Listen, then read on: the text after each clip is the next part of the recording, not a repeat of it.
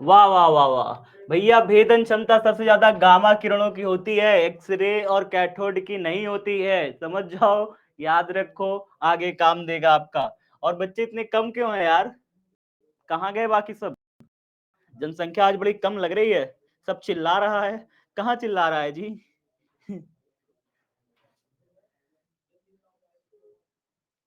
अगल बगल भी क्लास लगी है ना, तो इसके शायद शोर आ रहा हो, आपको इको आ रहा हो। इसलिए आ रहा होगा क्योंकि जो साउंड वेव्स होती हैं, जो हमारी ध्वनि तरंगे होती हैं, उनको उनका विवर्तन बहुत अच्छे से हो जाता है। उनका तरंग दैर्घ्य इतना ज्यादा नहीं होता है, मतलब कि काफी उसका तरंग दैर्घ्य है, इसलिए जो है उनको छोटे पाथ में, छोटे रास्ते में, छोटे अवरोधों में वो निकल जाती हैं, जो ध्वनि तरंगे होती हैं। ठीक है, लेकिन जो प्रकाश तरंगे हैं उनका तरंग दैर्घ्य बहुत छोटा होता है। प्रकाश तरंगों का तरंग दैर्घ्य 4005 एंगस्ट्रॉम से लेकर के 7005 एंगस्ट्रॉम के बीच में है। तो इसलिए क्या है, उनको चाहिए बहुत छोटा तरंग दैर्घ्य, मतलब बहुत छोटा अवरोध चाहिए, छोटा छिद्र चाहिए। प्रकाश तरंगे नहीं पास हो पाती, ध्वनि तरंगे पास हो जाती हैं। धीरे से भी चिल्लाओ तो अगल बगल कमरे में आवाज आएगी। विस्थापन धारा का मात्रक नहीं पता? एम्पियर मीटर क्या दबा रहे हो भाई? विस्थापन धारा, धारा धारा का मात्रक क्या होगा? एम्पियर ना होगा? एम्पियर मीटर कब से होने लगा धारा का मात्रक? धारा का मात्रक एम्पियर मीटर कब से होने लगा जी? रवि यादव क्या हो गया? चलो अच्छा, कोई नहीं। रवि भाई कह रहा है कि रहने दीजिए, तो इतना दूली, चलो कोई नहीं। करो करो करो करो, जल्दी करो। मैं अब नहीं बोलूंगा रवि, ठीक है? जाओ, मैं तुमसे गुस्सा हूँ।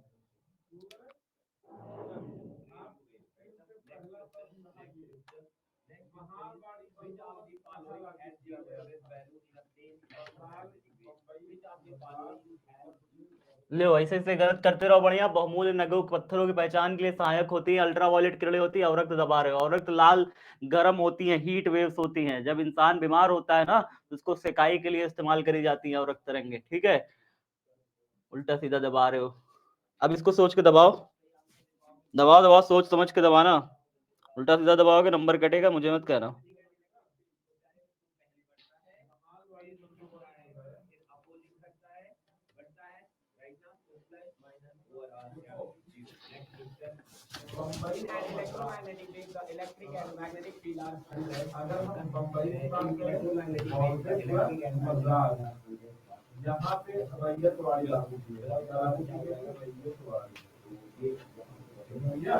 क्या बात, बहुत सही, बहुत सही बेटा, बहुत सही, बहुत अच्छा उत्तर दिया आप सभी ने, बहुत गलत दिया।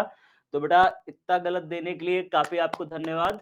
आपका ये बात समझ में तो आई नहीं जब मैंने पढ़ाया था, ये बात ना आपने सोची ना समझी, बस कहीं से भी उत्तर देखा, याद कर लिया, BCD। अरे भैया, कहीं गलत दे देगा, पढ़ लोगे? हाँ, दिमाग नहीं लगाने आता। कह रहा है एक्स किरणें, गामा किरणें, परावैंगनी किरणें। कौन ए हुआ? ए ये ना हुआ, बी ए हुआ, सी ए हुआ? कौन ABC हुआ? यहाँ है दिमाग, थोड़ा सा लगाओ। ए ये हुआ, बी ये हुआ, सी ये हुआ, है ना? अब बताओ किसकी आवृत्ति सबसे ज्यादा होती है? गामा की आवृत्ति सबसे ज्यादा होती है, बताए थे जब पढ़ाए थे तो चार्ट में। हाँ, तो बी सबसे ज्यादा अधिक होगा, बी ए से भी बड़ा होगा, बी सी से भी बड़ा होगा। तो कौन सा ऑप्शन सही है? बी ए से भी बड़ा है, बी सी से भी बड़ा है। कौन सा ऑप्शन सही है? डी ना सही है? ABCD का है दबाते रहते हो भाई, कहीं भी किताब से पढ़ लो उल्टा सीधा, फिर दबाते रहते हो। दिमाग भी लगा लिया करो भाई। सर हमको समझ नहीं आता है, कहे नहीं समझ में आता प्रभाकर? 18 साल की उम्र हो गई भैया, अभी समझ में नहीं आ रहा तो कैसे आएगा?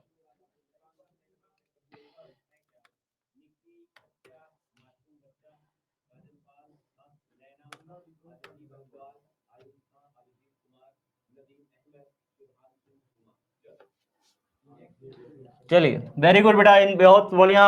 विद्युत चुंबकीय तरंग में कोई गुण नहीं होता, ध्रुवण, परावर्तन, विवर्तन। तालियां हो जाए, इनमें से कोई नहीं होगा, ऑप्शन डी ऑप्शन होगा। वेरी गुड बेटा, कुछ बच्चों ने ही सही उत्तर दिया, बाकी सब गलत। धन्यवाद धन्यवाद धन्यवाद। चलिए आगे देखिए, नेक्स्ट क्वेश्चन बताइए। अवरक्त किरणों का मुख्य प्रभाव होता है, अभी मैंने बताया था जस्ट।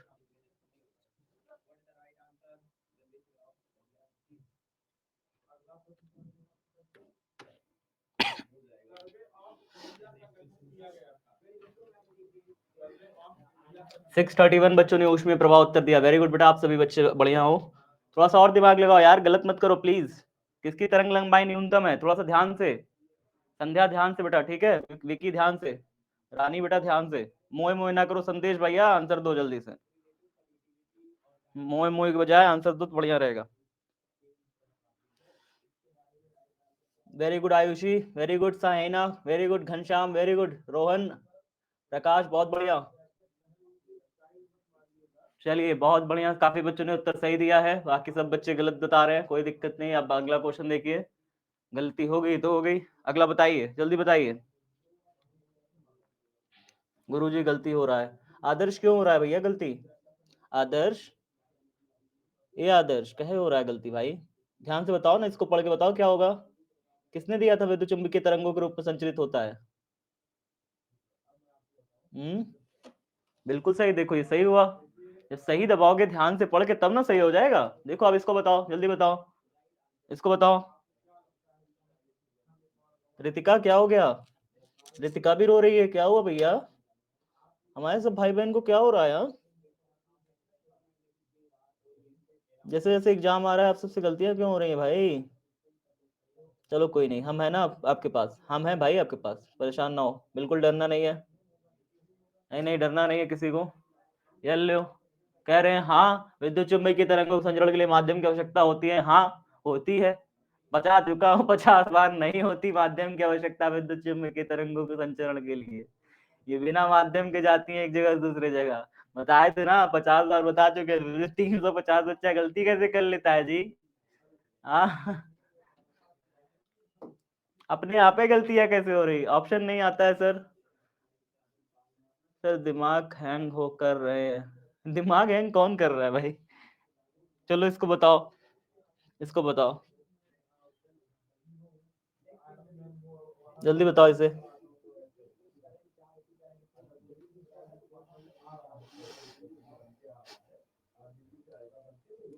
अरे यार, विद्युत चुंबकीय तरंगे होती हैं, कितनी बार बताया है क्लास में। इस त्वरित आवेश द्वारा उत्पन्न होती है ना, जब आवेश तेजी से चलता है तो वो अपनी अपने अंदर की जो ऊर्जा है वो तरंगों के रूप में छोड़ता है पीछे की तरफ, तरंगों के रूप में छोड़ता है, वही तरंगे कहलाती हैं विद्युत चुंबकीय तरंगे। कितनी बार आपको बताया था क्लास में, और ये गलतियां हो रही हैं, देख रहे हो? ये तो गलत बात है भाई, ये तो गलत बात है। बताओ जल्दी से, नेक्स्ट क्वेश्चन बताओ, इसको पढ़ के अच्छे से समझ के प्लीज, समझ के प्लीज बताओ जल्दी से। सर मेरा दिमाग दर्द कर रहा है। दिमाग क्यों दर्द कर रहा है भाई? जल्दी बताइए, जल्दी बताइए, सोच समझ के अच्छे से। जल्दी से सोच समझ के उत्तर दोगे तो बढ़िया नंबर पाओगे। तरंग की आवृत्ति नहीं बदलती, एक माध्यम से दूसरे माध्यम जाता है। नेक्स्ट क्वेश्चन, नेक्स्ट क्वेश्चन जल्दी बताइए। आप बताइए, मैं क्या बताऊं भाई, तुम बताओ। सब गलत, निशांत क्या हो गया भाई? निशांत गलतियां क्यों हो रही हैं?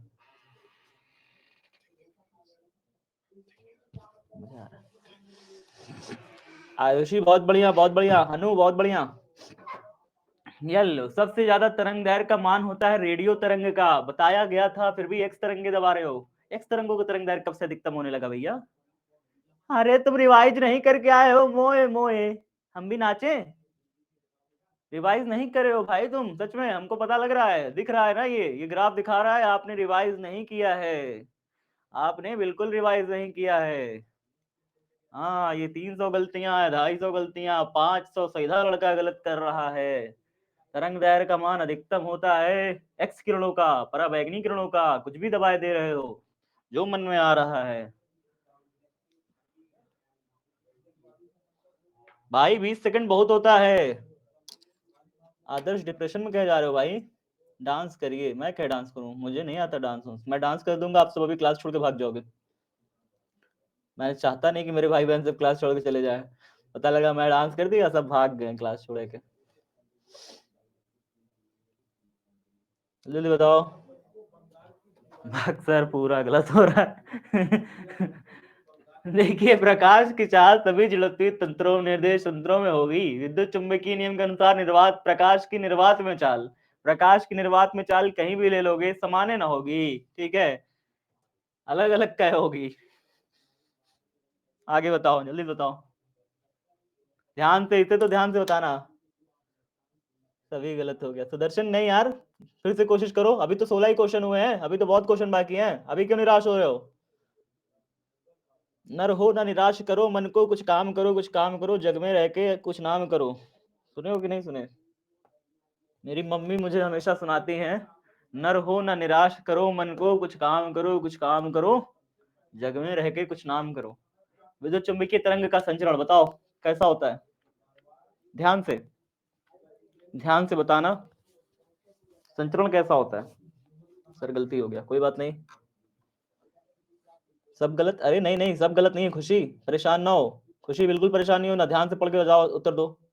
ये देखो 316 बच्चे गलत बताए, कोई बात नहीं, कोई बात नहीं, हौसला नहीं हारना है, बढ़िया बता रहे हो आप। इनमें से कौन सा कथन गलत है? ध्यान से पढ़ो पहले, पढ़ो पहले सारे ऑप्शन, सारे ऑप्शन पढ़ डालो, कौन सा कथन गलत है, जल्दी बताओ। धर्मेंद्र कोई बात नहीं, नेक्स्ट क्वेश्चन देखो, धर्मेंद्र कोई बात नहीं, मुस्ताक कोई बात नहीं यार, नेक्स्ट क्वेश्चन, नेक्स्ट क्वेश्चन में हिम्मत बना के फिर से लग जाया करो,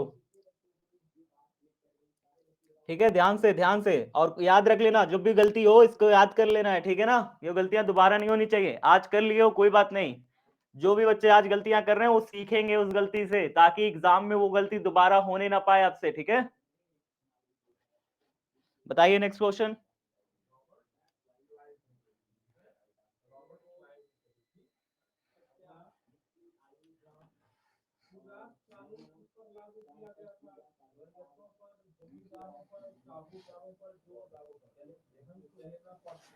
काफी बच्चों ने सही बताया। चलिए नेक्स्ट क्वेश्चन, काफी बच्चे अब आ गए हैं, अब इसका बताइए किसका तरंग दैर्घ्य न्यूनतम होता है, फटाफट जल्दी जल्दी, ध्यान से, सोच समझ के, सोच समझ के भाई, सोच समझ के, सब क्लास में पढ़ाया है सब कुछ, कुछ भी बाहर से पूछा नहीं है, सब क्लास में पढ़ाई हुई चीजें हैं, जल्दी बताइए।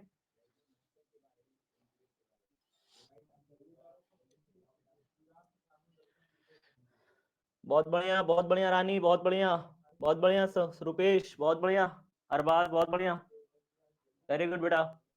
गामा किरणें हैं तो फिर काफी बच्चों ने एक्स किरणें क्यों दबा दिया? काफी बच्चों ने माइक्रो तरंगे, रेडियो तरंगे क्यों दबा रखा है भाई? गामा किरणें ही ना ऑप्शन होगा, तरंग दैर्घ्य न्यूनतम होगा, ठीक है ना? तरंग दैर्घ्य न्यूनतम किसका होता है? इसको पढ़ाया था क्लास में, जब मैंने चार्ट बनाया था, दिखाया था, तो मैंने चार्ट दिखाते समय इसको बताया था इसका आंसर क्या होगा। सोचो, ध्यान से सोचो, ध्यान से सोचो। CABCD दबाते रहो बेटा, गलतियां होंगी फिर दबा के, तुम गलतियां कर रहे हो, दबा के गलतियां कर रहे हो, वाह वाह वाह। ए तथा बी दोनों द्वारा नहीं, सिर्फ ए द्वारा, दोलित्र इलेक्ट्रॉन द्वारा ही रेडियो तरंग की उत्पत्ति होती है, ठीक है? ये मैंने जब पढ़ाया था इसको तो बताया था, जाके देखना पीछे का, फिर से ये चैप्टर पढ़ो अच्छे से, तुम लोगों ने ये चैप्टर को हल्के में ले लिया है, मुझे ऐसा लग रहा है ये चैप्टर हल्के में ले लिए हो।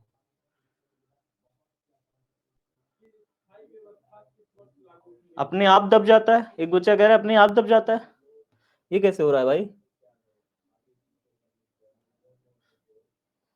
बीटा किरणें विक्षेपित होती हैं, वेरी गुड बेटा, इसको सही दबाया सब बच्चे। केवल चुंबकीय क्षेत्र में नहीं, बीटा किरणें ऋणावेशित इलेक्ट्रॉन होता है, ऋणावेशित इलेक्ट्रॉन होता है, तो ऋणावेशित इलेक्ट्रॉन क्या होता है? वो विद्युत क्षेत्र से भी विक्षेपित होगा और चुंबकीय क्षेत्र से भी विक्षेपित होगा, तो दोनों क्षेत्रों से वो विक्षेपित होगा, ठीक है? जो ऋणावेशित इलेक्ट्रॉन होता है। विद्युत चुंबकीय तरंगों के अस्तित्व की प्रायोगिक पुष्टि करने वाले वैज्ञानिक थे, कौन थे? याद करके बताओ। कोई नहीं रवि, कोई नहीं, नेक्स्ट क्वेश्चन देखो, नेक्स्ट क्वेश्चन पे अपना ध्यान लगाओ, अभी काफी क्वेश्चंस बचे हैं यार, अभी तो आधे भी नहीं हुए, अभी हौसला नहीं आना है, ठीक है? अभी बहुत बचे हैं। हर्ट्ज ने बताया था, ठीक है? विद्युत चुंबकीय तरंगों किसने बताया था? हर्ट्ज ने, मैक्सवेल ने नहीं बताया था, हर्ट्ज ने बताया था। मैक्सवेल ने तो समीकरण दिया था, हर्ट्ज ने इसकी खोज करी थी, ठीक है? नेक्स्ट क्वेश्चन, तरंग दैर्घ्य के बढ़ते क्रम में प्रकाश का रंग है, बढ़ते क्रम में प्रकाश के रंग है, तरंग दैर्घ्य के बढ़ते क्रम में, ध्यान से पढ़ के समझ के, ध्यान से पढ़ के समझ के, ऐसे नहीं, जल्दीबाजी में बिल्कुल नहीं, पढ़ के समझ के। बहुत बढ़िया, सभी बच्चों को उत्तर तो सही आ रहा है, ये लो, ए भी दबा के बैठे हैं सब। बढ़ते क्रम में, बढ़ते क्रम में लिखा है तो सबसे पहले कम वाला दबाना था, फिर उससे ज्यादा, फिर उससे ज्यादा। बढ़ता क्रम ऐसे होता है कि तो घटते क्रम में दबा दियो, लाल पीला नीला, नीला पीला लाल होगा ना, ये बढ़ता क्रम होगा, लाल पीला नीला तो घटता क्रम हो गया, हैं? सर मेरा कमेंट, संध्या क्या हो गया? संध्या ठंडी में। चलो आगे देखो, नेक्स्ट क्वेश्चन, विद्युत चुंबकीय तरंगों में दोलनी विद्युत क्षेत्र और चुंबकीय क्षेत्र संबद्ध है, बताइए बताइए जल्दी से, इसे बताइए। सब कुछ बताया है, सब कुछ कराया है क्लास में, फिर भी गलतियां हो रही हैं, क्यों हो रही हैं भाई? क्योंकि थोड़ा सा भी रिवीजन नहीं किया इस चैप्टर का।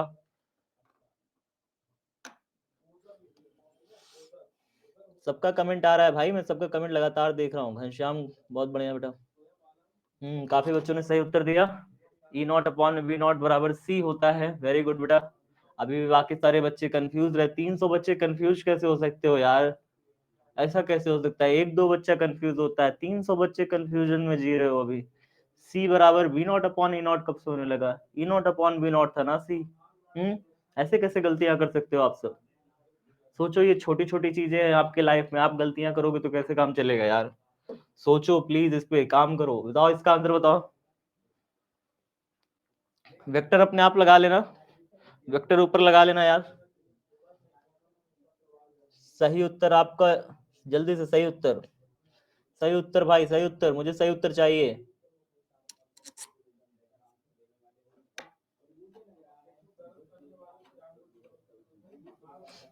773 बच्चों ने बहुत सही उत्तर दिया है, वेरी गुड बेटा। नेक्स्ट क्वेश्चन, फिर से मुझे उम्मीद है आप सब फिर से आओगे, कम से कम 900 बच्चा फिर से लिस्ट में आएगा। विद्युत चुंबकीय तरंगे विक्षेपित हो सकती हैं, बताइए।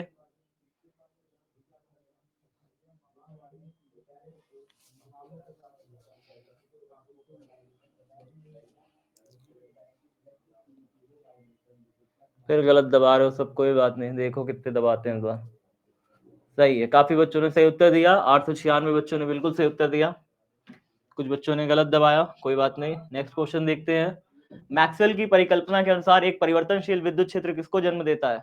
ध्यान से बेटा प्लीज, इसको बहुत ध्यान से सोच के समझ के उत्तर देना। एक परिवर्तनशील विद्युत क्षेत्र किसको जन्म देता है? पढ़ लो ध्यान से, ये सारे क्वेश्चंस आपके बोर्ड परीक्षा में आ सकते हैं इस पाठ से संबंधित, तो इस प्रश्नों को अच्छे से समझ के उत्तर देना है प्लीज। मैं आपसे कनेक्टेड हूं, मैं आपसे जुड़ा हुआ हूं, इसलिए प्यारे साथियों, आप गलती करते हो तो दुख यहाँ पे बहुत ज्यादा होता है। आपको नहीं पता बट हो जाता है, मुझे बहुत ज्यादा दुख होता है। इसलिए गलतियां नहीं, ध्यान से सोच समझ के उत्तर दो। कहो तो मैं 12 सेकंड में 50 सेकंड टाइमर लगा दूं, 50 सेकंड लगा दूं एक क्वेश्चन का टाइमर, लेकिन सोच समझ के उत्तर दो यार। देख रहे हो, ठोसों की संरचना के लिए एक्सरे का प्रयोग करेंगे ना, गामा किरण का प्रयोग करेंगे। गामा की भेदन क्षमता इतनी ज्यादा होती है ना कि अगर उसके लिए प्रयोग कर दोगे ना ठोसों की संरचना जानने के लिए, ठोस को तोड़ देगी। गामा की भेदन क्षमता इतनी है कि अगर ठोसों के संरचना जानने के लिए उसको ठोसों के ऊपर मारोगे, ठोस के टुकड़े टुकड़े कर देगी। बात समझ में आ रही है? तो ठोसों की संरचना मतलब हड्डी उड्डी की संरचना जानने के लिए किसका प्रयोग करेंगे? एक्सरे का ना। चलिए आगे बताइए। मांसपेशियों में दर्द का इलाज।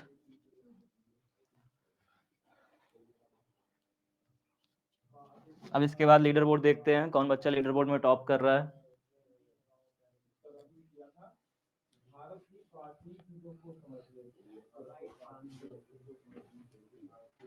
वेरी गुड बेटा, इंफ्रारेड का होता है, एक्सरे का नहीं होता। इलाज कहाँ होता है एक्सरे से? मांसपेशियों में दर्द का इलाज कब से एक्सरे से होने लगा? हड्डी की संरचना देता है एक्सरे, ठीक है? हड्डी कहीं टूटी उटी नहीं, हड्डी टूटने फूटने का पता लगाने का काम में आता है एक्सरे।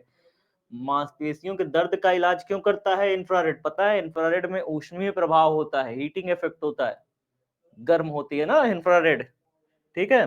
अवरक्त तरंगे थोड़ा सा गर्म होती हैं, जब गर्म होती है तो उससे सिकाई वगैरह काम में आ जाती है। चलिए देखते हैं लीडर बोर्ड।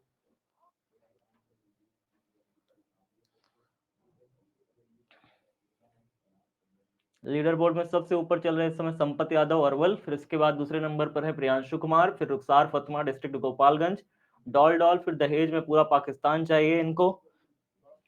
देख रहे हो कौन है पांचवें? 1 2 3 4 5, 5वें नंबर पे है, दहेज में पूरा पाकिस्तान चाहिए। देख लो पहले, मिल लो इनसे, मिल लो इनसे। 18 साल के भी नहीं हुए हैं अभी, इनको दहेज चाहिए और पूरा पाकिस्तान चाहिए, एक पूरा देश चाहिए इनको। विराट कुमार, फिर उसके बाद सौरभ साहू, फिर रोशनी कुमारी, नवीन नेगी, यादव नवादा, फिर शिवम झा फ्रॉम सीतामढ़ी। तो ये इतने सारे बच्चे हमारे लीडर बोर्ड पर भी टॉप कर रहे हैं। बढ़िया कर रहे हैं आप सभी, और मेहनत करिए। आपको यहाँ पे भी आना है, नीचे वालों का उद्देश्य होना चाहिए कि ऊपर आए। बाकी और भी बच्चे जो मेहनत कर रहे हैं वो सारे बच्चे कॉन्ग्रेचुलेशन, बढ़िया कर रहे हो आप। नेक्स्ट क्वेश्चन बताइए, नेक्स्ट क्वेश्चन बताइए, उत्तर दीजिए, जल्दी जल्दी बताइए। चालन धारा कब विस्थापन धारा के समान होती है?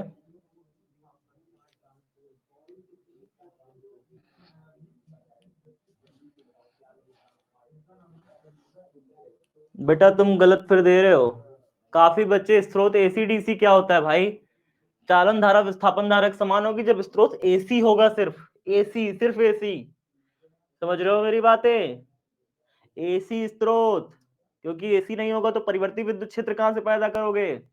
बार बार उसमें क्या आगे पीछे स्लाइडर से खसकाओगे परिवर्ती विद्युत क्षेत्र के लिए? एसी स्रोत होने से अपने आप ही वो परिवर्ती विद्युत क्षेत्र पैदा कर देता है अंदर प्लेटों के बीच में। इसके कारण वहां पे परिवर्ती विद्युत क्षेत्र चुंबकीय क्षेत्र पैदा कर देता है और एक प्रकार की धारा बहने लगती है जिसे विस्थापन धारा कहते हैं। इसको बताइए। सर गलत हो गया, कोई बात नहीं लवली, डॉक्टर लवली, कोई बात नहीं। इसको बताइए जल्दी जल्दी सब बच्चे, सोच के समझ के। अब इसको गलत मत करना प्लीज, सोच के समझ के।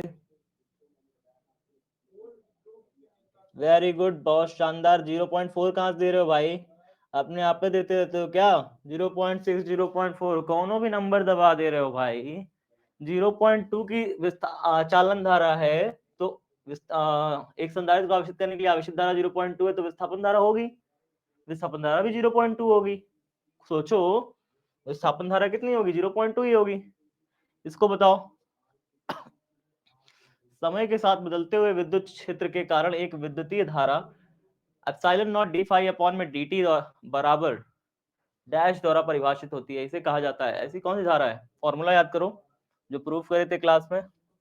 इसको किसको इसका फॉर्मूला याद है? कौन सी धारा है ये? अरे प्रभु, इतनी गलती, प्रेरित धारा कहां से आ रही है? क्लास में प्रूफ किया है ए बी, क्या बात है, प्रेरित धारा चालन धारा सब मिला के यहीं आ गई है। हद है भगवान, उठा लो हमको प्लीज आज। नेक्स्ट क्वेश्चन, प्रकाश तंतु संचार किस घटना पर आधारित है? जल्दी बताओ, इसे तो गलत मत कर देना प्लीज। आई हाथ जोड़ के रिक्वेस्टिंग यू, आई हाथ जोड़ के रिक्वेस्टिंग यू, प्लीज इसे सही बता दो।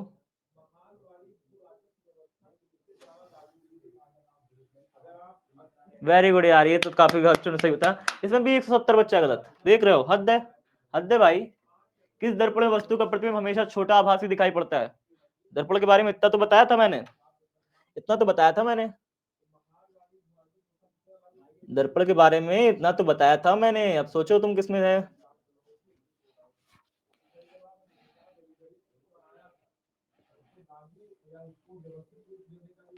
सब गलत हो गया, कोई नहीं यार, कोशिश करो फिर से सब सही हो जाएगा। देख रहा हो 878 बच्चों ने बिल्कुल सही उत्तर दिया। ये होती है बात, मतलब तुम लोग एक चैप्टर अच्छे से पढ़े हो किरण प्रकाश की, बस एक चैप्टर में ऐसे ही चले आए तो बिना पढ़े। हाँ बेटा देखो, पढ़ने लिखने, पढ़ोगे लिखोगे नहीं तो नहीं हो पाएगा। कोई भी एग्जाम के लिए पढ़ना तो पड़ता है, ठीक है, चाहे वो यहाँ का हो, चाहे बोर्ड का हो, चाहे कोई भी हो। बिना पढ़े जाओगे नंबर नहीं आएगा, सीधी सी बात है। ये देखो 499, एक और कर देते, 500 कर देते। तरंग दैर्घ्य के साथ अपूर्णांक का मान घटेगा ना भाई? ठीक है, याद कर लो वैसे अगर नहीं याद है तो। जब एक माध्यम से दूसरे माध्यम में प्रकाश किरण जाती है, एक माध्यम से दूसरे माध्यम में प्रकाश किरण जाती है, मान लो इधर सघन है और इधर ऊपर वाला विरल है, तो अविलंब से दूर हट जाएगी। जाना ऐसे चाहती थी लेकिन जाएगी ऐसे, तो ये आई बना रहा है, ये आर बनाएगा। ठीक है, अगर पहले माध्यम का अपवर्तनांक n1 है और दूसरे माध्यम का अपवर्तनांक n2 है, तो दूसरे माध्यम में गई है प्रकाश किरण, तो दूसरे माध्यम का अपवर्तनांक लोगे, किससे आई है? पहले से आई है, पहले माध्यम के सापेक्ष।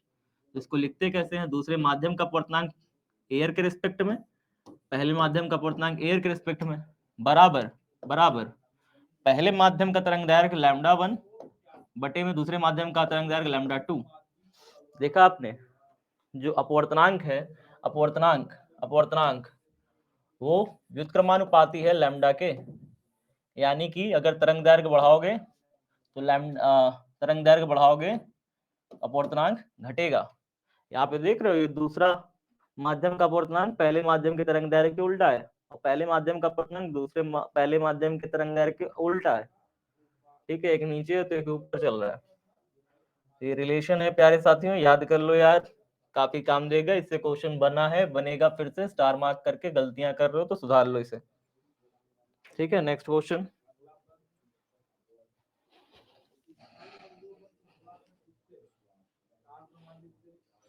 माँ सरस्वती आप कहाँ हैं? जय माँ सरस्वती। वाह, कब दिमाग खराब है संदेश यार। कोई बात नहीं भाई संदेश, संदेश तुम तो हौसला हार रहा है भाई, ऐसे थोड़ी काम चलेगा। आ चल चाय पिया जाए हम लोग मिलके।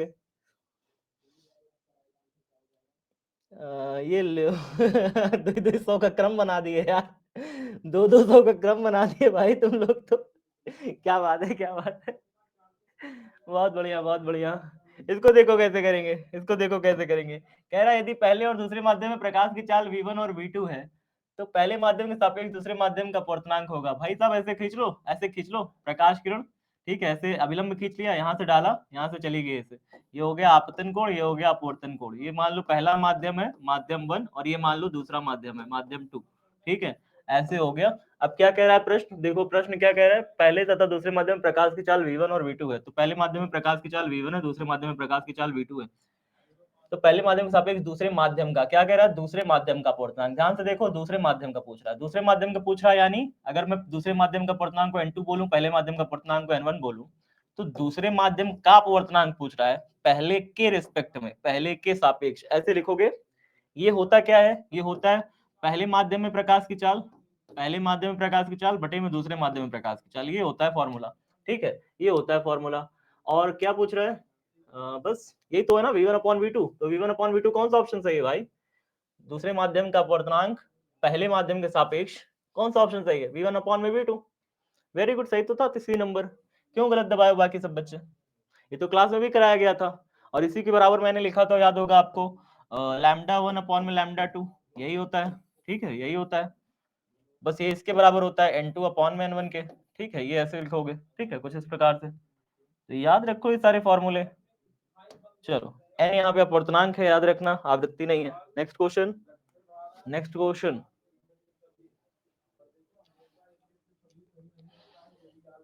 अरे कोई नहीं यार, गलत एक दो हो गया तो कोई बात नहीं, आज टेस्ट पोस्टपोन कीजिए। क्यों भाई, इतना बढ़िया चल तो रहा है।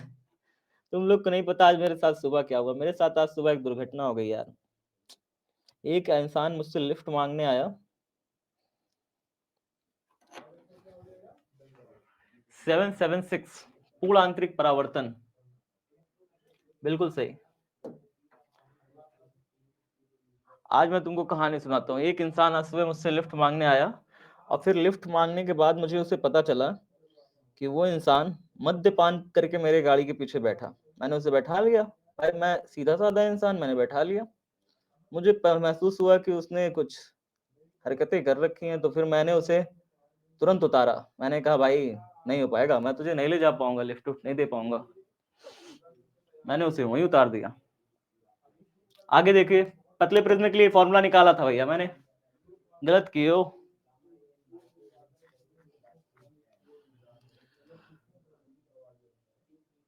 नहीं, कार से नहीं निशांत, मेरे पास कार कहाँ से आएगी भाई गरीब आदमी, मेरे पास स्कूटी थी।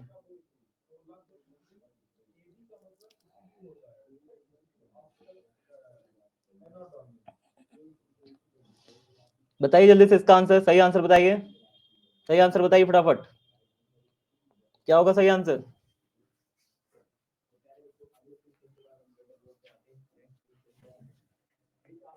ओहो, गलत गलत गलत गलत गलत गलत ऑप्शन।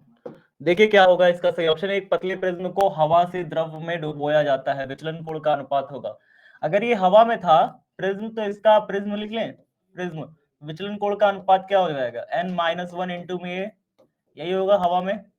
लेकिन जैसे ही तुम इसे द्रव में डुबोगे तो प्रिज्म डैश हो जाएगा। चलो विचलन कोण मैं प्रिज्म डैश कर ले रहा हूँ, ठीक है, बराबर। लेकिन जब द्रव में डुबोगे ना, जब हवा में था ये, तो सिर्फ यहाँ पे ग्लास का अपवर्तनांक था, प्रिज्म के कांच का अपवर्तनांक था। लेकिन जैसे ही तुमने द्रव में डुबो दिया, तो अब कांच का अपवर्तनांक वाटर वाटर के रिस्पेक्ट में आएगा। अभी कांच का अपूर्णांक एयर के रिस्पेक्ट में था, ठीक है, जब हवा में था प्रिज्म तो। लेकिन जैसे उसे आपने पानी में डुबो दिया तो ये कांच का अपूर्णांक वाटर के रिस्पेक्ट में हो जाएगा -1 इंटू में ए, बाकी सब चीजें सेम रहेगी, ऐसे हो जाएगा बस। ठीक है, अब क्या कह रहा है, एक पतला प्रिज्म अपूर्णांक 3/2 को हवा से द्रव में डुबोया जाता है। तो पहले हवा वाला रख दो, यहाँ पे हवा वाला रखो। 3/2 -1 कितना हो जाएगा बताओ? 3/2 -1 कितना होगा? 3/2 माइनस का 1 आ जाएगा 1/2, ठीक है ना? 1/2, 1/2 इंटू ए हो जाएगा, ठीक है। इसको सॉल्व करो। जब ग्लास को वाटर के रिस्पेक्ट में रखा जाता है ना तो क्या हो जाएगा, तो ग्लास को वाटर के रिस्पेक्ट में बराबर होगा ग्लास को एयर के रिस्पेक्ट में बटे में वाटर को एयर के रिस्पेक्ट में। तो ग्लास को एयर के रिस्पेक्ट में अपूर्णांक है 3/2, रख दो 3/2 बटे में वाटर को एयर के रिस्पेक्ट में 5/4, 5/4, ठीक है। गुणा करो 3/2 गुणे में 4/5, 2 दूनी 4, 3 दूनी 6 बटे में 5, ठीक है, 6/5। अब यहाँ पे रख के देखो इस वाले फॉर्मूले में 6/5 WNG ग्लास का वाटर के रिस्पेक्ट में अपूर्णांक 6/5 यहाँ रख के देखो। 6/5 -1 कितना हो जाएगा? 6/5 -1 कितना हो जाएगा बताओ? 6/5 माइनस 1/5, ठीक है, 1/5 ये हो गया। तो ये हो गया delta P dash, delta P हमारा आ गया 1/2। रख के देखो विचलन कोणों का अनुपात कितना हो जाएगा, डेल्टा पी अपॉन में डेल्टा पी डैश, ठीक है, 1/2 ए बटे में कितना 1/5 ए, ये कट गया 1/2 गुणे में 1/5 घूम के ऊपर चला गया, 5/1 हो गया, 5 एकम 5, 2 एकम 2, कितना आएगा आंसर? 5/2। राइट आंसर क्या होना चाहिए? सी होना चाहिए ना जी। 153 बच्चे गलत बता रहे, बाकी सब 153 बच्चे सही, बाकी सब गलत। सर हम क्या हो गया जी? सही है ना? सही है कि नहीं? हाँ, नोट कर लो कॉपी में, अगर आए एग्जाम में तो कर सकते हो, ठीक है ना? बहुत कठिन क्वेश्चन नहीं था, इजी था। पहले हमें क्या करना है, पहले हमें एयर में निकाल लेना है, फिर वाटर में जब डूबा है तो वाटर में डूबा है तो वाटर उसका पूर्णांक बदल जाएगा ना ग्लास का, ठीक है। जैसे वो वाटर में डूबेगा फिर अब पानी एयर से, मतलब कि एयर से रोशनी सीधा नहीं घुस रही प्रिज्म में, अब पहले पानी में जा रही है रोशनी फिर एयर में जा रही है। नेक्स्ट क्वेश्चन बताइए, 41वां नंबर क्वेश्चन का सही आंसर बताइए।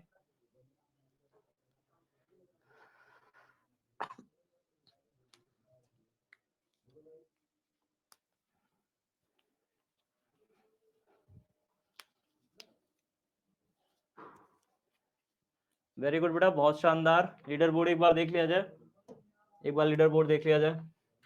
दहेज में पूरा पाकिस्तान चाहिए अभी है लीडर बोर्ड में? भाई अभी वो है लीडर बोर्ड पे, दहेज में पूरा पाकिस्तान चाहिए। संपत यादव अरवल सबसे ऊपर है अभी भी, प्रियांशु कुमार दूसरे नंबर पे, तगड़े की टक्कर चल रही है। सौरभ साहू तीसरे नंबर पे आ गए हैं, रुखसार फतमा डिस्ट्रिक्ट गोपालगंज, डॉल डॉल हैं अभी। फिर उसके बाद दहेज में पूरा पाकिस्तान चाहिए, नवीन नेगी यादव नवादा भी हैं, विराट कुमार हैं, रोशनी कुमारी, शिवम झा फ्रॉम सीतामढ़ी। अरे भैया शिवम थोड़ा ऊपर ऊपर उठोगे? शिवम अभी तक लिस्ट में सबसे 10 क्वेश्चन हो गया, शिवम थोड़ा ताकत दिखाओ। चलो अगला बताइए, इसको बताइए, अगर म्यू अपूर्णांक होगा तो क्या होगा? उनकी आंखों में लगा है सुरमा, ऐसे जैसे चीकू पर क्या, जैसे चीकू पर कहाँ चला गया? क्या लिखत रहा तो भाई तुम लोग।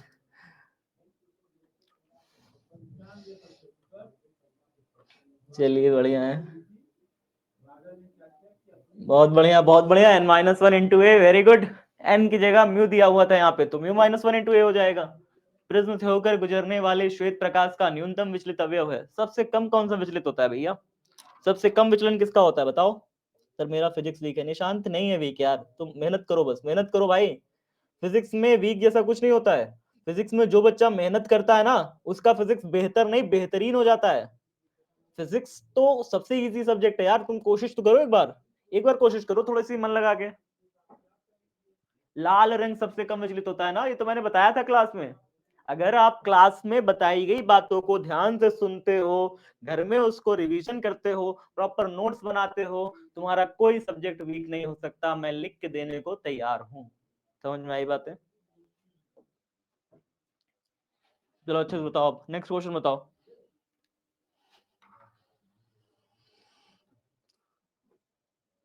जल्दी जल्दी जल्दी जल्दी।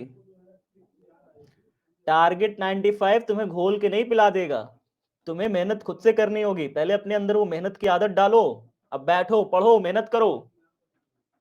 समझ में आ रही है बातें? कोई भी इंसान तुम्हें घोल के नहीं पिला सकता जब तक तुम खुद मेहनत करने के उसमें नहीं होते। ये बात हुई, ये हुई बात, यही चाहिए था। शुरू से मैं इसके लिए परेशान था कि कम से कम 1000 बच्चा बढ़िया करे। अभी भी देख रहे हो 50-50 बच्चे गलत करके बैठे हैं। इनका हम क्या करें? इनका क्या करें? जो लैम्डा बता रहे हैं लेंस की शक्ति, इनका क्या करें जो वाट बता रहे हैं लेंस की शक्ति? हाँ, कोई नहीं। चलो, सामान्य आंख के लिए स्पष्ट दृष्टि की न्यूनतम दूरी कितनी होती है? हाई स्कूल स्कूल में भी पढ़ाया जाता है, कक्षा 8 में पढ़ाया जाता है यार। बताओ जल्दी से।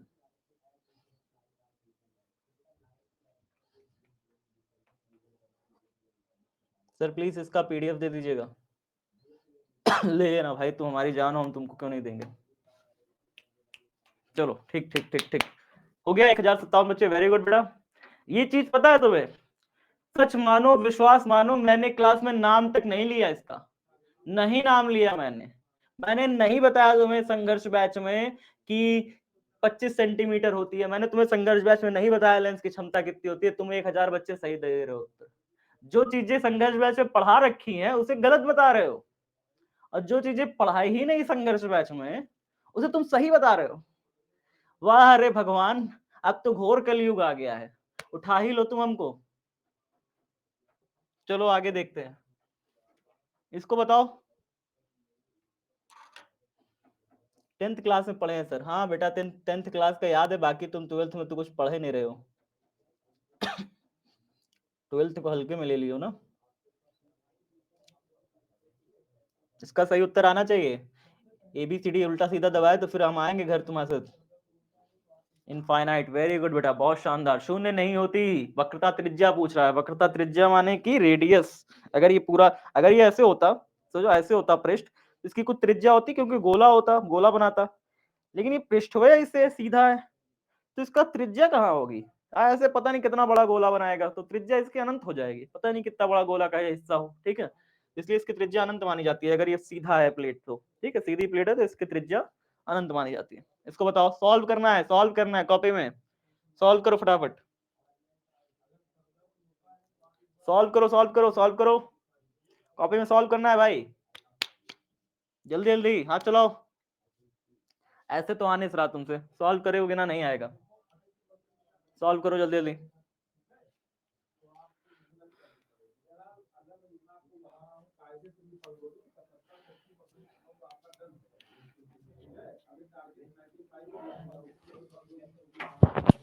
बहुत बढ़िया, 426 अभी भी गलत करके बैठे हैं। 5D आएगा। इसका बताइए आंसर। जल और कांच के अपूर्णांक क्रमशः 4/3, 3/2 है। जल का कांच के सापेक्ष अपूर्णांक होगा। बताइए बताइए बताइए। पिछला वाला क्वेश्चन बहुत हल्का था इसलिए मैंने सॉल्व नहीं कराया, ठीक है ना। वो कई बार एग्जाम में पूछ चुका है, वो हल्का क्वेश्चन है, कई बार करा भी चुका हूं उसे। 1/f is equal 10-1, 1/r1 - 1/r2 वाली फॉर्मूले बेस्ड था। इसको बताइए। इसको तो कर लोगे, इसको कर लोगे कि नहीं कर लोगे? तो इसका पीडीएफ, अरे भाई तौहीद, मिल जाएगा पीडीएफ, परेशान क्या हो रहे हो जी, कोशिश करेंगे हम।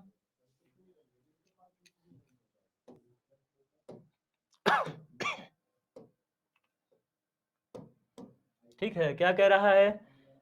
जल का कांच के अपेक्षा अपवर्तनांक, जल का निकालना है, वाटर का। वाटर का किसके रेस्पेक्ट में? कांच के, ग्लास के रिस्पेक्ट में। तो क्या होगा? वाटर पहले लिखा है तो वाटर का एयर के रिस्पेक्ट में, ग्लास का एयर के रिस्पेक्ट में। ऐसे करो।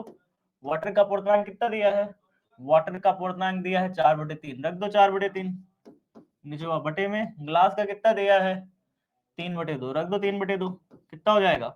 4/3 गुणा, पलट जाएगी ऊपर जाके, 2/3, 4×2 8, 3×3 9, कितना हो जाएगा? 8/9। हल्के हल्के क्वेश्चन एग्जाम में आ जाते हैं 1 नंबर में, परेशान हो जाओगे फिर अगर नहीं कर पाओगे तो। 1 नंबर यानी बहुविकल्पी में आएगा इस तरीके का क्वेश्चन।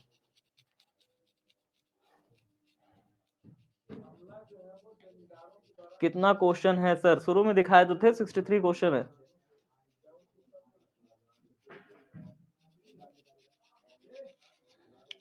पानी का बुलबुला क्या चमकता है बताओ? हीरा क्यों चमकता है? हीरा क्यों चमकता है? अरे भाई अपवर्तन के कारण थोड़ी ना चमकता है, उसके अंदर प्रकाश फंस जाता है जाके।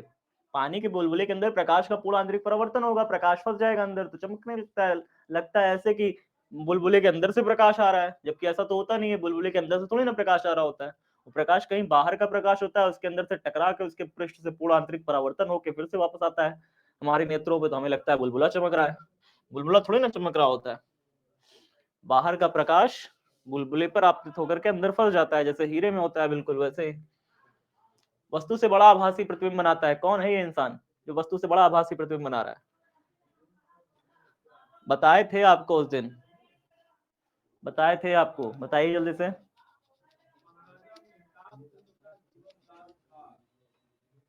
वेरी गुड बेटा, बहुत शानदार अवतल दर्पण, बहुत शानदार। नेक्स्ट क्वेश्चन बताइए। किसी लेंस की फोकस दूरी निर्भर करती है, ध्यान से इसको करना, बहुत ध्यान से उत्तर देना बेटा, बहुत ध्यान से उत्तर देना इसे।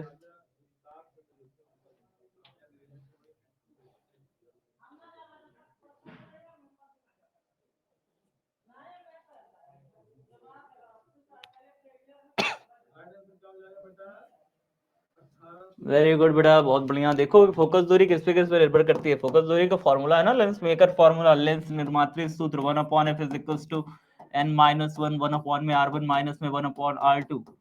सबसे पहले तो ये निर्भर कर रही है अपवर्तनांक पे निर्भर करती है, तो लेंस की फोकस दूरी निर्भर करती है इसकी सतह की वक्रता त्रिज्या पर। वक्रता त्रिज्या पर बिल्कुल निर्भर करेगी, क्योंकि r1 r2 की वैल्यू पर f निर्भर करेगा ही, क्योंकि फॉर्मूले में है। इसके पदार्थ के अपवर्तनांक पे बिल्कुल, यहाँ पे n भी है तो n पे भी निर्भर करेगी फोकस दूरी, तथा इसको घेरने वाले माध्यम के अपवर्तनांक के सभी पर। बिल्कुल, अगर इसको माध्यम को घेरने वाले अपवर्तनांक बदलोगे तो n भी यहाँ चेंज हो जाएगा ना। मतलब अगर पानी में रख दोगे तो ये माध्यम को घेरने वाला अपवर्तनांक यानी कि पानी, जैसे हम लोगों ने याद किया था कि अगर ग्लास को पानी में डाल देंगे तो उसका अपवर्तनांक बदल जाएगा, है ना।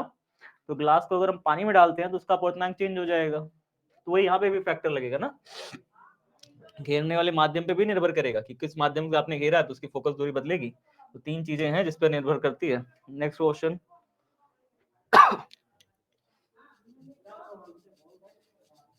बताइए जल्दी से, सॉल्व करिए इसे, सॉल्व करिए, सॉल्व करिए।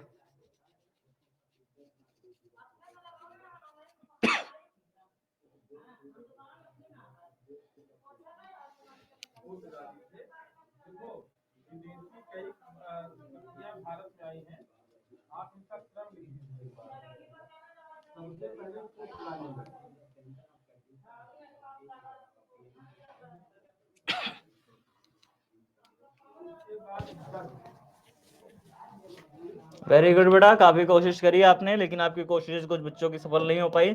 जिन बच्चों की कोशिश नहीं सफल हो पाई उनके लिए थोड़ा सा सॉल्विंग हो जाए। एक द्वितीय लेंस की वक्रता त्रिज्या 10 और 15 है, r1 r2 की वैल्यू दी है। r1 लिखोगे 10, याद रखना। r2 जब भी लिखोगे माइनस साइन के साथ लिखोगे, ठीक है। क्यों? क्योंकि एक पृष्ठ होता है प्लस, एक पृष्ठ होता है माइनस। ध्यान दो, एक पृष्ठ जो इधर वाली वक्रता त्रिज्या लोगे वो इधर की तरफ नापेगी जो कि होगी प्लस, इधर वाली वक्रता त्रिज्या इधर की तरफ नापेगी जो कि होगी माइनस, ठीक है। तो दो वक्रता त्रिज्या, एक प्लस में लोगे एक माइनस में लोगे। चलो आगे देखो, अपवर्तनांक दिया है, n का मान दिया हुआ है 1.5। सॉल्व करो इसे, 1/f is equal to n-1। n-1 कितना हो जाएगा? 1.5 में से एक घटा दोगे तो आएगा 0.5। 1/f is equal to n-1 हो गया। 1/r1, r1 की वैल्यू कितनी है? 1/10।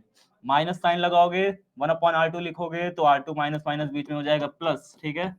बात समझ में आई? देखो अब यहाँ पे 0.5, 15 दशम नीचे कितना हो गया? 150 हो गया। इन दोनों को आपस में गुणा कर दो, 15 एकम 15, 10 एकम 10, 15 प्लस 10 कितना हो गया? 25 हो गया। 25 से काट दो, 4 5 6 बार में कट गया। 0.5 अपॉन में 6, पॉइंट हटा, जीरो बढ़ा नीचे, 5 से 100 10 कटा, 1/12 बार में 1/f is equal to 1/12, f is equal to 12 centimetre. तो फोकस दूरी तो 12 सेंटीमीटर आ गई। क्या यही पूछा था? बिल्कुल फोकस दूरी ही पूछा था। टिक्का, आगे बढ़ो। बात समझ में आई? एलसीएम वगैरह ले लोगे ना? मैं शॉर्ट ट्रिक से एलसीएम ले लेता हूँ। बच्चे अक्सर कहते हैं सर ऐसे कैसे एलसीएम ले लिया आपने? बेटा ऐसे एलसीएम मैं लेता हूँ, शॉर्ट ट्रिक है ये एलसीएम लेने की। इधर गुणा करो, इधर गुणा करो, जोड़ दो। 15 प्लस 10 25, ऊपर हो गया, नीचे 15, ये 150 हो गया। एलसीएम लेने का ये भी तरीका है, ठीक है। काफी बच्चे एलसीएम पुराना मेथड से जोड़ते रहते हैं, फिर कहते हैं सर पुराना मेथड मजादार, वही तो बढ़िया है। मेथड जोड़ने के नए नए भी हो सकते हैं यहाँ पे।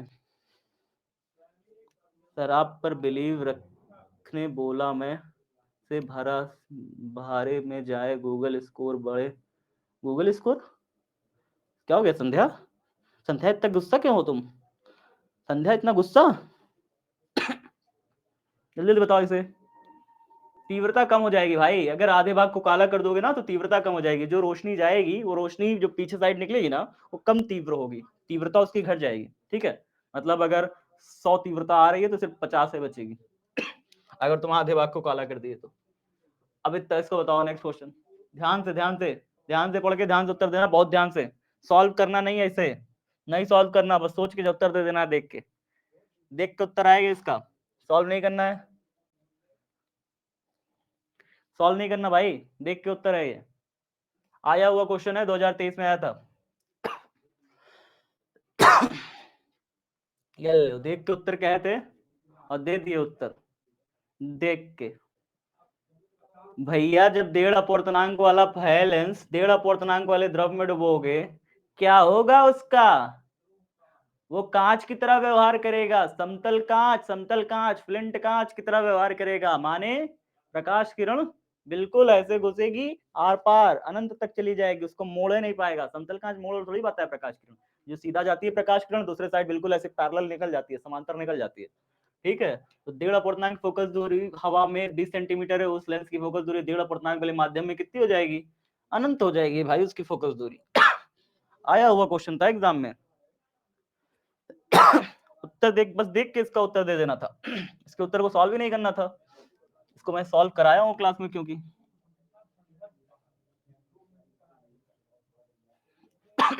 कहीं तो कराया हूँ, क्योंकि बस ये देख के ही उत्तर देना था। जल्दी बताइए जल्दी बताइए जल्दी बताइए। सौरभ भैया फिजिक्स फिजिक्स हाँ, अगर 20 सेंटीमीटर है तो क्षमता क्या होगी? 20 सेंटीमीटर है तो 505 डायप्टर, 7 7 7। वेरी गुड बेटा, बहुत शानदार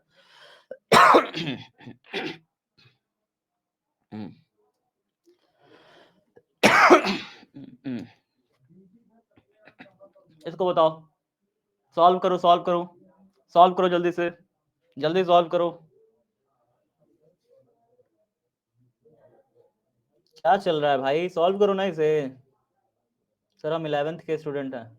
अच्छा, तो पढ़ के बेटा सॉल्व करो, फिर सॉल्व करो जल्दी जल्दी।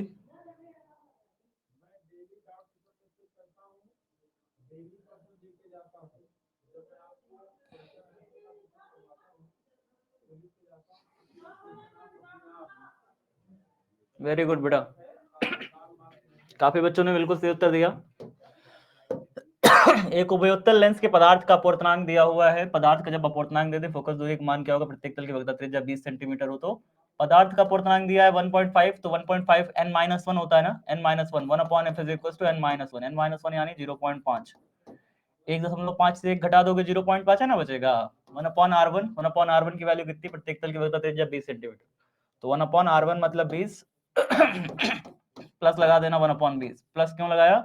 क्योंकि माइनस माइनस ये हो जाएगा प्लस। 20 का 400 मत लिखना यहाँ पे, जब सेम एलसीएम होता है सेम बेस होता है तो सिर्फ एक 20 लिखते हैं, एक को एक का मिलकर 2 हो जाता है आधे को 2 से गुणा किया तो 1 हो जाएगा, आधे को 2 से गुणा किया तो 1 हो जाएगा। F is equal to 20 centimetre, final answer.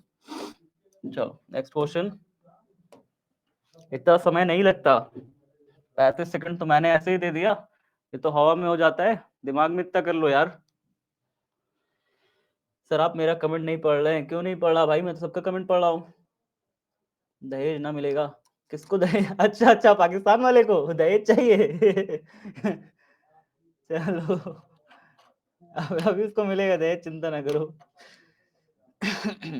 दहेज में पूरा पाकिस्तान चाहिए। अभी देखते हैं स्कोर बोर्ड, देखते हैं कहाँ पे है, इस क्वेश्चन को कर लो फिर देखते हैं कहाँ गया दहेज में पूरा पाकिस्तान चाहिए।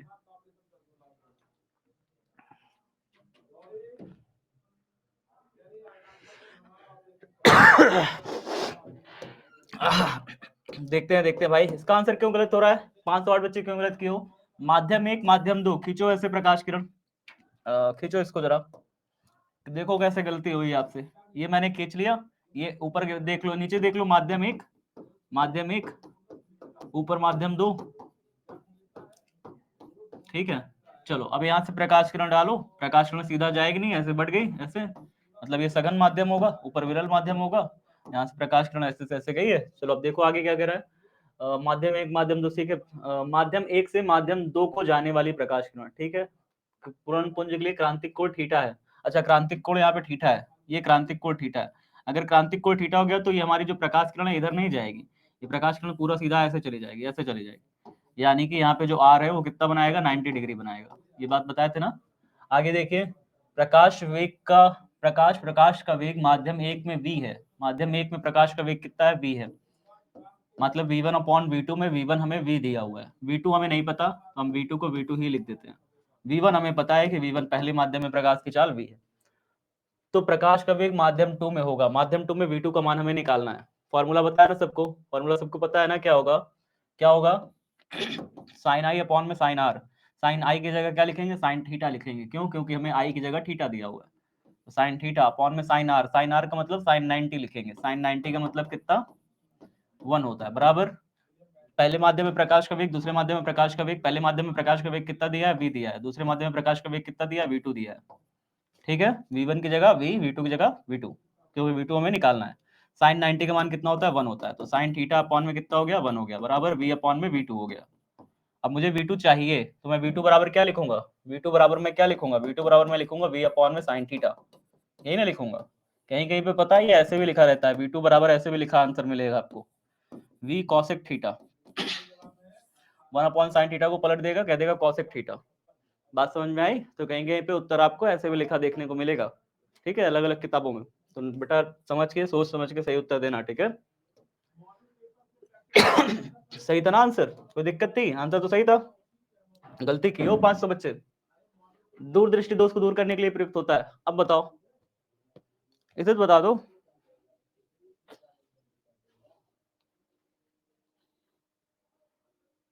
देखना, इसे सब बताओगे सही, इसे सब सही बता दोगे, मैं जान रहा हूं ना। एक आध दो जो कंफ्यूजन है, बाकी छोड़ के सब सही बता दोगे इसे। हाँ, 831 बच्चों ने बिल्कुल सही है बता दिया। चलो लीडर बोर्ड एक बार देख लेते हैं फटाफट, जल्दी जल्दी। कौन टॉप कर रहा है आज। दीपक कुमार लीडर बोर्ड में देखें, दिलखुश कुमार भी देखें, सुपौल डिस्ट्रिक्ट। तो प्रियांशु कुमार लीडर बोर्ड पे पहले नंबर पे है, दूसरे नंबर पर है संपत यादव अरवल। शिवम ने अपनी स्थिति को बदलते हुए बहुत नीचे से छलांग मारी है, ऊपर चला गया है। सौरभ साहू तीसरे नंबर पे आ गए हैं, शिवम चौथे पे, विराट कुमार अपनी जगह पे हैं, रुखसार फतवा डिस्ट्रिक्ट गोपालगंज। फिर उसके बाद नवीन नेगी यादव नवादा, दहेज में पूरा पाकिस्तान चाहिए, दीपक कुमार, और फिर दिलखुश कुमार डिस्ट्रिक्ट सुपौल। जितने सारे बच्चे लीडर बोर्ड पे हैं अभी, बहुत बढ़िया कर रहे हो आप। और भी बाकी सारे बच्चे जो बढ़िया कर रहे हैं वो बिल्कुल अच्छा करते रहे। लीडर बोर्ड पे आना ना आना बेटा कोई वो नहीं है, ठीक है। आप अच्छा कर रहे हो ना, आपको पता है कि नहीं, बस बहुत बड़ी बात है यार। एग्जाम में आप अच्छा करोगे, अगर आप अच्छा कर रहे हो, आप रिवाइज करके आए हो, आप पढ़ के आए हो, आप अच्छा कर रहे हो, तो फिर आप अच्छा करोगे भी बिहार बोर्ड में भी, यकीन रखो खुद पे। वेरी गुड बेटा, बड़ा विक्षेपण हो जाता है, कैसे होगा तुम मुझे बताओ, कैसे होगा, जरा मुझे ध्यान से बताओ कैसे होगा। मैं यहाँ पे लाल रंग की प्रकाश किरण भेज रहा हूँ, लाल रंग की प्रकाश किरण भेज रहा हूँ, ये कै रंग में टूटेगी, कै रंग में टूटेगी बता दो। मैं लाल रंग की प्रकाश किरण भेज रहा हूँ, कै रंग की टूटेगी, कै रंग में टूटेगी। वर्ण विक्षेपण कहे हो ना, वर्ण विक्षेपण तो मतलब यही होता है ना, 7 रंगों में बढ़ जाना। लाल रंग की प्रकाश किरण 7 रंग में बढ़ जाएगी, लाल रंग की प्रकाश किरण 7 रंग में बटेगी, कहाँ है बुद्धि। सफेद प्रकाश किरण, सूर्य की श्वेत प्रकाश किरण 7 रंगों में बटती है। यहाँ पे क्या लिखा हुआ है, एक वर्णीय प्रकाश, एक कलर की लाइट, सिर्फ एक कलर की लाइट भेजोगे ना, इक्को रंग में नहीं बटेगी। लाल गई थी ना, लाल ही बाहर निकलेगी। बात समझ में आ रही है। इसका सिर्फ विचलन होगा, क्या होगा इसका मतलब, ये प्रिज्म इस किरण को सिर्फ मोड़ेगा, सिर्फ विचलन हुआ है। देखो पुराना रास्ता ये था, ऐसे जाना चाहिए था, ऐसे जाना चाहिए था, लेकिन ऐसे गई नहीं, बल्कि इसका क्या हो गया, विचलन हो गया। लेकिन अलग अलग रंगों में नहीं बटेगी ये, समझने का प्रयास किया करो भाई। इसका सिर्फ और सिर्फ विचलन होगा, ये राइट आंसर है, ठीक है। बड़े विक्षेपण तो हो ही नहीं सकता ना, सिर्फ यहाँ पे लिखा है एक वर्णी, इसको समझा करो पहले। यही तो दिमाग खेल गया, एग्जामिनर यही तो खेल गया तुमसे, एग्जामिनर यही तो खेल गया तुमसे, तुम्हारे दिमाग से। तुम कहते रह गए एक वर्णी, बड़े विक्षेपण, वो कहा भाई साहब विचलन होगा सिर्फ, एक सिंगल कलर की लाइट कहां से 100 रंग में टूटने लगी? सिंगल कलर की लाइट कैसे टूटेगी 100 रंग में भाई? मोनोक्रोमिक कैसे टूट जाएगी?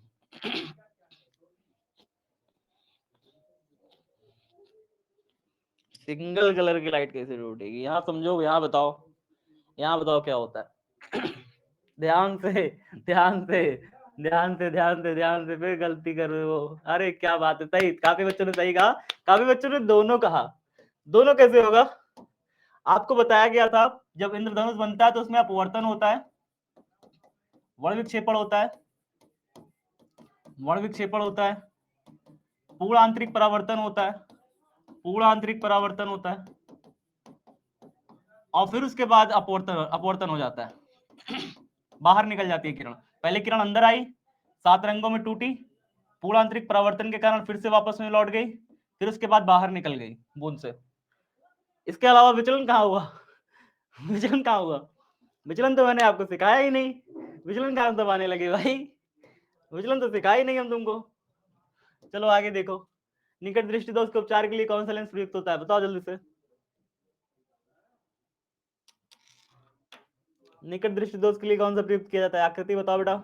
ललित जल्दी बताओ, तनिषा, सौरभ, अभिजीत, खुशबू, जल्दी बताइए, जल्दी जल्दी। स्नेहा, गीता, फटाफट फटाफट। निशांत, कुंज, रिया, मुस्ताक, बहुत बढ़िया बहुत बढ़िया। सुमित, वेरी गुड बेटा। भोले, बहुत बढ़िया। धोनी, बहुत शानदार। धोनी आ जाए यार, आज तो अपना धोनी आया है। चलो नेक्स्ट क्वेश्चन और लास्ट क्वेश्चन, जल्द लास्ट है, इसके बाद भी एक और है। आसमान का रंग नीला दिखने का कारण क्या है? ओहो हो, बढ़िया क्वेश्चन। इसको बताओ, आसमान का रंग नीला क्यों दिखता है?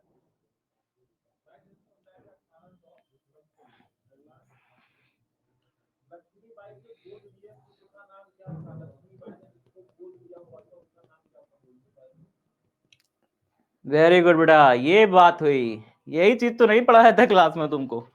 अभी यही तो बाकी है, अभी यही तो बाकी है, जिसका उत्तर तुम सबसे ज्यादा सही दिए हो। बस यही तो बताए नहीं थे अभी तुमको। अभी संघर्ष व्यास में यही तो बचा है पढ़ाना।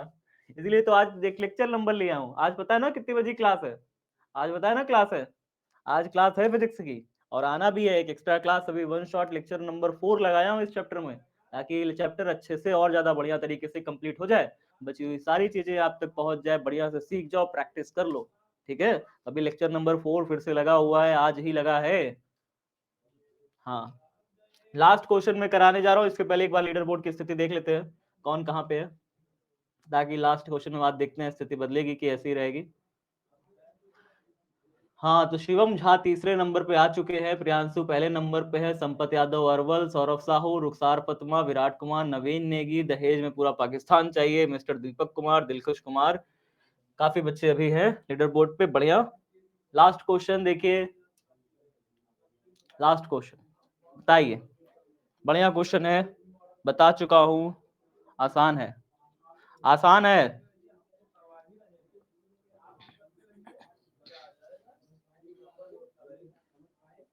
डेजी आ गई यार, मुझे बहुत दिन बाद डेजी दिखी। डेजी दे रही हो तो मुझे दिख नहीं रही थी बड़े दिन से। सुप्रिया, रितिका, गुड मॉर्निंग बेटा, बहुत बढ़िया बहुत बढ़िया बहुत बढ़िया, आप सबने बहुत बढ़िया दिया, बहुत मजा आया आज के लीडर बोर्ड में। चलिए कोई नहीं, आज की अभी एक्स्ट्रा क्लास होगी तो हम लोग फिर से मिलेंगे। ठीक है, कोई डाउट हो, कोई दिक्कत, कोई समस्या हो इन सब क्वेश्चंस में तो लिखिएगा डाउट सेक्शन में। मिलते हैं आपसे अगली कक्षा में। खूब पढ़ो यार, पढ़ो प्लीज, अब हल्के में मत लो। अब चीजें हल्के में लेने वाले नहीं रही, वो दिन चले गए हल्के में लेने वाले, पूरा साल भर आपने हल्के में लिया चीजों को। अब तो बारी है मेहनत करने की। जैसे यहाँ पे प्रियांशु ने काफी बढ़िया से उत्तर दे करके, मेहनत करके फर्स्ट रैंक लाई। आप सभी साथ